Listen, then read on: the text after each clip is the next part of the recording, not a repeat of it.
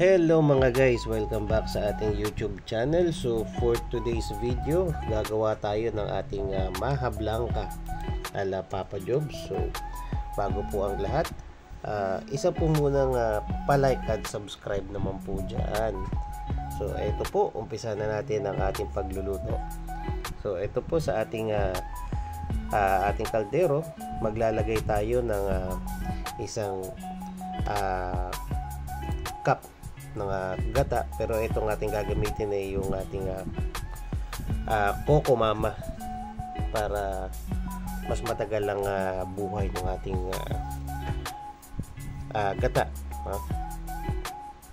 At sunod natin ang ating asukal. So sa takal siguro kayo nang bahala kung gaano karami, conforme sa preference ninyong tamis. At haluin sa medium heat na apoy hanggang sa medyo hindi totally ma-dilute, pero siya ma-mix lang ng konti, no? At syempre ang susunod na po natin dito ay ang ating corn kernel, mga guys, no? Pwede rin kayo gumamit nung yung mga buong mais or yung mismong mais, no, na hiniwa na lang. Sa akin, mas preferred ko lang tong corn kernel para mas yung flavor ng mais mas maging strong.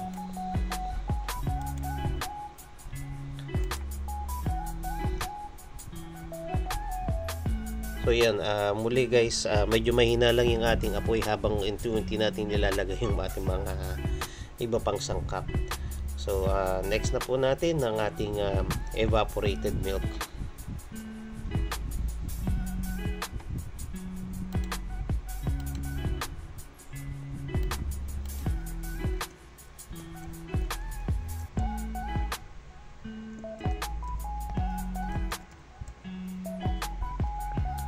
So halu-haluin lang uli natin.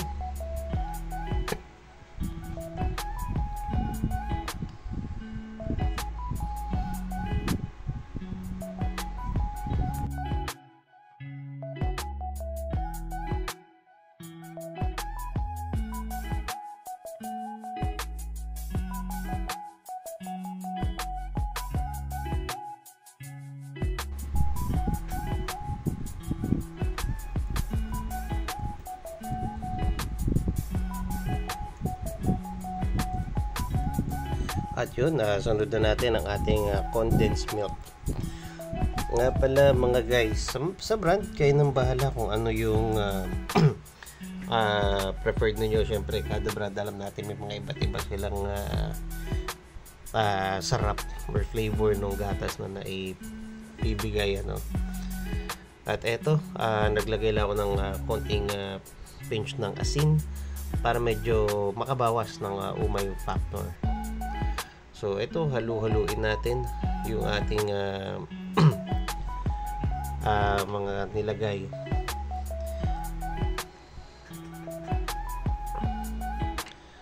Dito medyo lalakasan ko ng konti muna yung apoy at yan natin kumulo.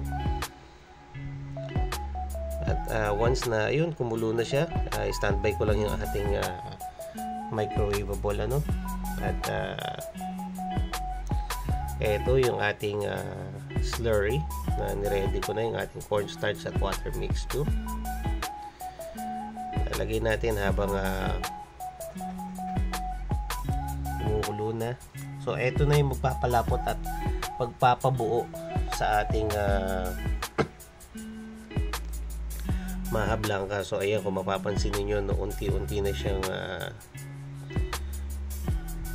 lumalapot. At ayun nga, sa paghahalo-halo, medyo nakaka ano lang talaga to, medyo matrabaho dahil talagang ayan, no, hinaan na rin natin yung apoy nga pala mga guys, kasi para maiwasan natin yung paninikit sa ilalim o masunog, no?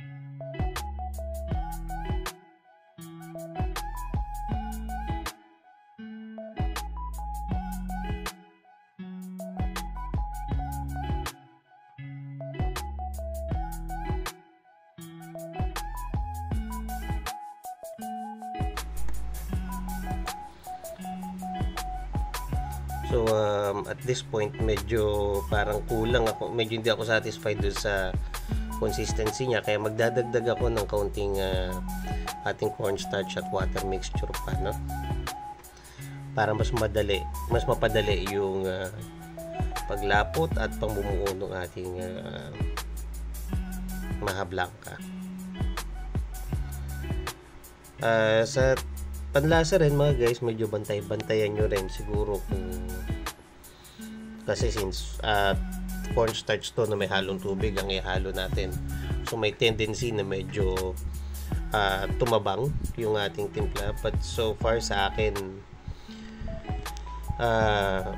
dagdag ako ng konting asukal dahil nga ayun, may tubig at cornstarch, so talagang possible na mangyari yan sa inyo, kaya ayun, bantay-bantayan nyo rin mga guys.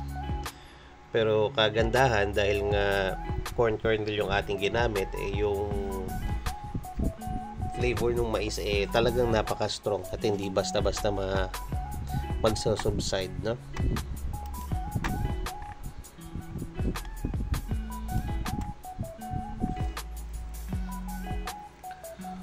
So ayan, halu-haluin lang talaga ng kaunti mga guys hanggang sa mabuo. So ayun, kung mapansin niyo mga guys, medyo umimpis na siya, no? At medyo nag-yellowish siya ng konti, gawa nung siguro yung corn kernel nga natin medyo, dahil nga durog siya, so yung kulay nung mais medyo umalo, and at the same time yung condense natin na medyo yellowish din yung color, no? Pero sa panlasa, ganun pa rin naman mga guys, kaya eto na po ang ating maha blanca ala Papa Jobs. So pwede rin kayo maglagay ng keso as toppings niya, or pwede ring latek, pero ako okay na sa akin muna yung ganyang itsura. So muli, maraming salamat po sa inyong panonood at God bless.